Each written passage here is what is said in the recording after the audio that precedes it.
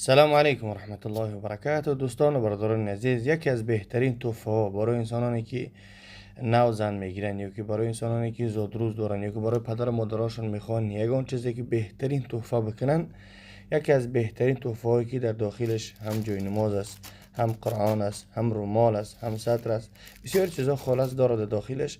میتونید که انشاءالله که بر رقم های روی اکران مراجعت کنین. برادرها در خدمت هستند.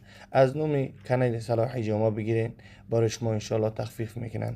اگر انسانی که دوتا هم برای زنش هم برای مادرش بخره، برای اونها هم دستفکش بپل میشه و هم تخفیف میشه. و انسانانی که اگر که یک دانه خریداری کنن برای مادرشان یا اینکه برای زنشان، برای اونها دستفکه بپل است و تخفیف نمیشه.